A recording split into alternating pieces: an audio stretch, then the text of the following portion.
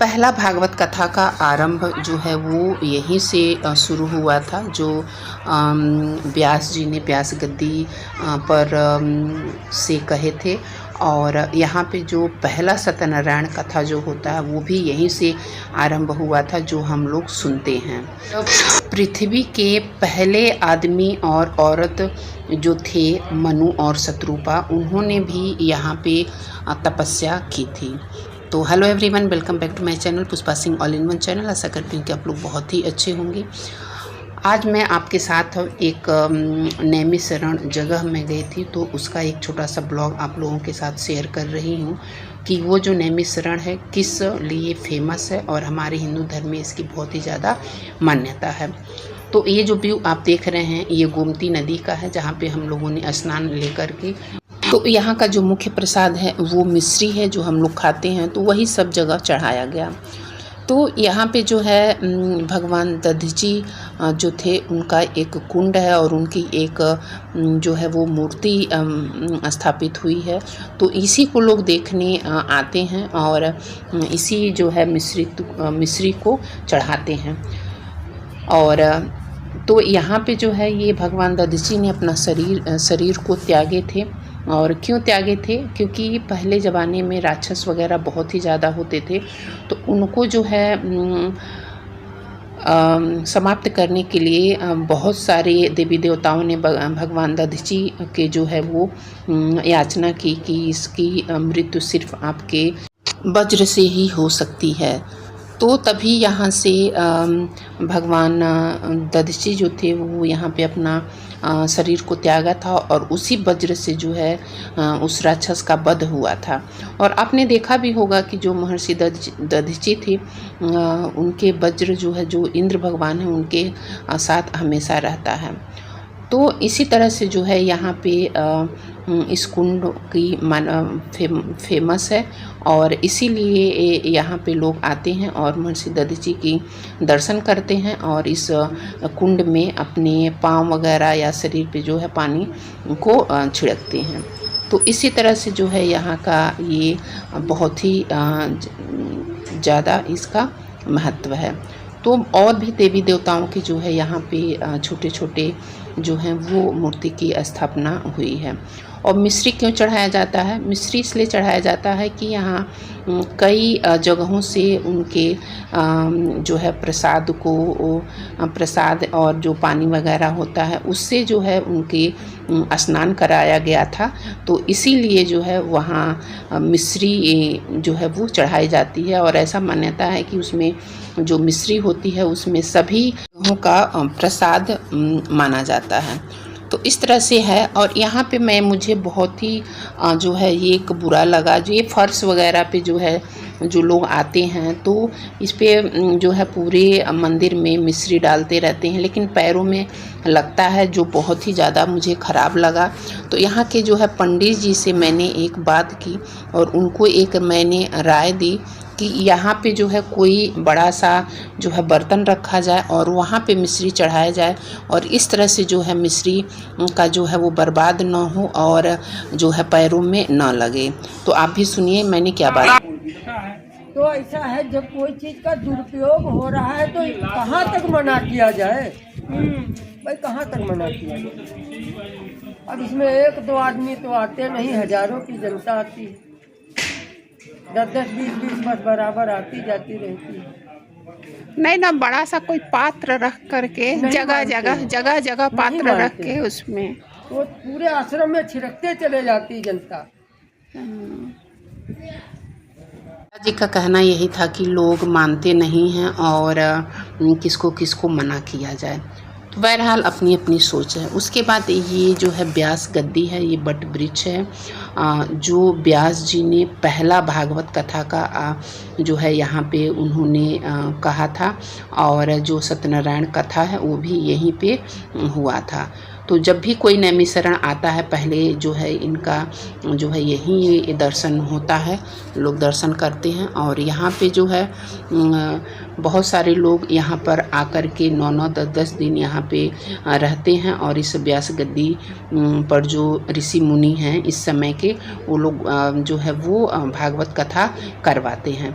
तो उनका ये ऐसा माना जाता है कि यहाँ पे अगर हम व्यास जो भागवत कथा सुनते हैं तो ज़्यादा जो है वो प्रभावित होता है।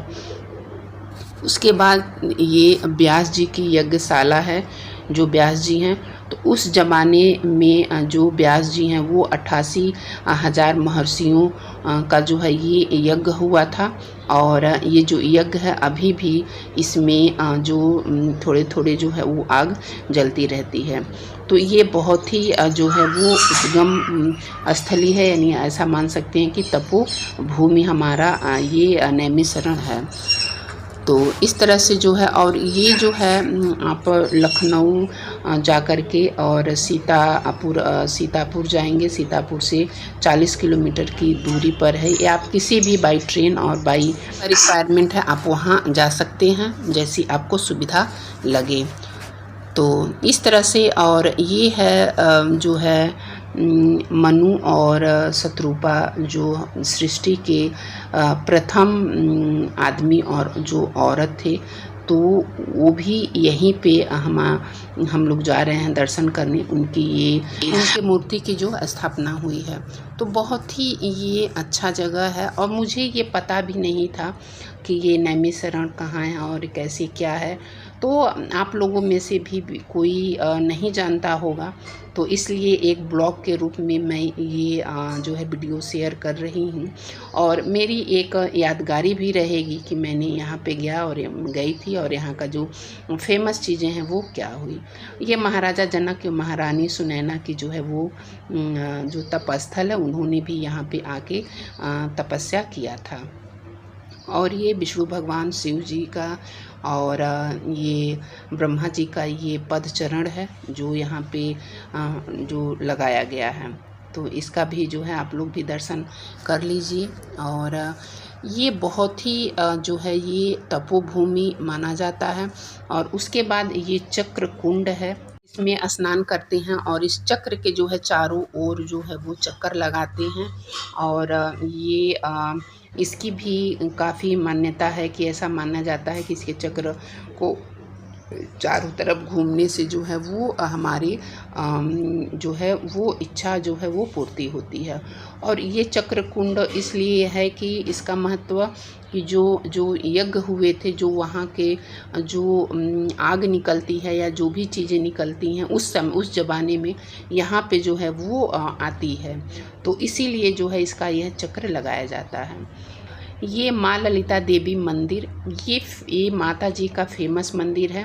और यहाँ पे जो है हमारे सती माता का जो गले से लेकर के और कमर तक का जो भाग होता है, एक भाग यहीं पे गिरा था और आगे चल कर के ये देवी मंदिर के रूप में ये काफ़ी फेमस हो गया। तो यहाँ पे भी लोग अपना यज्ञ करवाते हैं और ये काफ़ी अच्छा है। तो आप अगर सती जी का जो थोड़ा सा भी अगर विश्लेषण जानते हैं तो आपको ये याद होगा कि उन्होंने जो है अपना शरीर को त्याग दिया था और उनके जो पूरे शरीर के खंड खंड जो चीज़ें हैं कहीं ना कहीं जा कर के वो गिरे थे और एक भाग जो यहाँ पे ही आके वो गिरा था।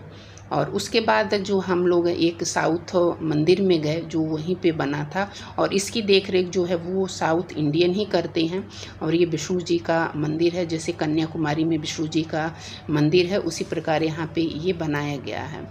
और उसके बाद ये विष्णु भगवान का एक बहुत ही ज़्यादा ये फेमस मंदिर है और उनकी एक स्टैचू बनी है, ये भी साउथ इंडियन ही इसकी देखरेख करते हैं। तो ये दो फेमस बहुत ही ज़्यादा फेमस है साउथ इंडियन की और इसकी देखरेख काफ़ी अच्छा है और यहाँ की साफ़ सफाई वगैरह काफ़ी अच्छी है। तो इस तरह से जो है ये नैमिषारण जो है एक बहुत ही बड़ा स्थान है। अगर आप अपने लाइफ में एक बार यहाँ अगर जा पाएँ तो बहुत ही अच्छा होगा। लेकिन अपने आप को जैसा रिक्वायरमेंट हो आप उसी हिसाब से यहाँ पे जा सकते हैं। उसके बाद ये हनुमानगढ़ ही है, नैमिषारण्य में भी एक हनुमान मंदिर है और ये भी हम लोग थोड़ा सा ऊंचाई पे ही है जो हम लोग चढ़ रहे हैं। और यहाँ पे बहुत ही ज़्यादा धांधली है, यहाँ पे पैसों की मांग वगैरह बहुत ज़्यादा करते हैं, लेकिन अगर आप जाते हैं तो यहाँ पैसे वगैरह बस मेन मंदिर में दीजिए, अदरवाइज़ आप कहीं भी कोई भी मंदिर में यहाँ आप पैसे मत दीजिए, क्योंकि भगवान की आस्था जो है हमारे दिल में है और हमें जगह जगह पैसे देने की कोई ज़रूरत नहीं है। जो मेन मंदिर है आप उसमें कुछ प्रसाद वगैरह चढ़ा सकते हैं, पैसे चढ़ा सकते हैं। बाकी जो अगल बगल जो मंदिर है या जो भी लोग मांगते हैं उन्हें बिल्कुल भी मत दीजिए और इस चीज़ को लिए मैं बिल्कुल भी प्रोत्साहन नहीं करूँगी। तो इस तरह से जो है ये हनुमान जी का है ये मंदिर है, आप देख सकते हैं कितना सुंदर है हमारे हनुमान जी। तो इस तरह से जो है मैं ये आप लोगों के लिए एक नैमिषारण्य का जो है ये ब्लॉग शेयर किया है और आपको ये कैसा लगा मुझे कमेंट बॉक्स में ज़रूर करके बताएं। चैनल पे नए हैं तो प्लीज़ मेरे चैनल को ज़रूर सब्सक्राइब करिए इस तरह के कंटेंट को देखने के लिए। और क्योंकि मैं कहीं भी घूमने जाती हूँ तो उसका ब्लॉग आप लोगों के लिए ज़रूर शेयर करती हूँ और अपनी एक मेमोरी भी मैं सिक्योर करती हूँ। और ये जो है पांचों पांडव द्रौपदी माता का मंदिर, और ऐसा माना जाता है कि जब 5 पांडव भ्रमण करने के लिए निकले थे वनवास के लिए, तो यहाँ पे भी वो आए थे और कुछ दिन यहाँ रह करके उन्होंने भी यहाँ तपस्या की थी। तो चलिए फिर मैं आपको अपने अगले वीडियो में मिलती हूँ और कैसा लगा वीडियो कमेंट करके ज़रूर बताएं।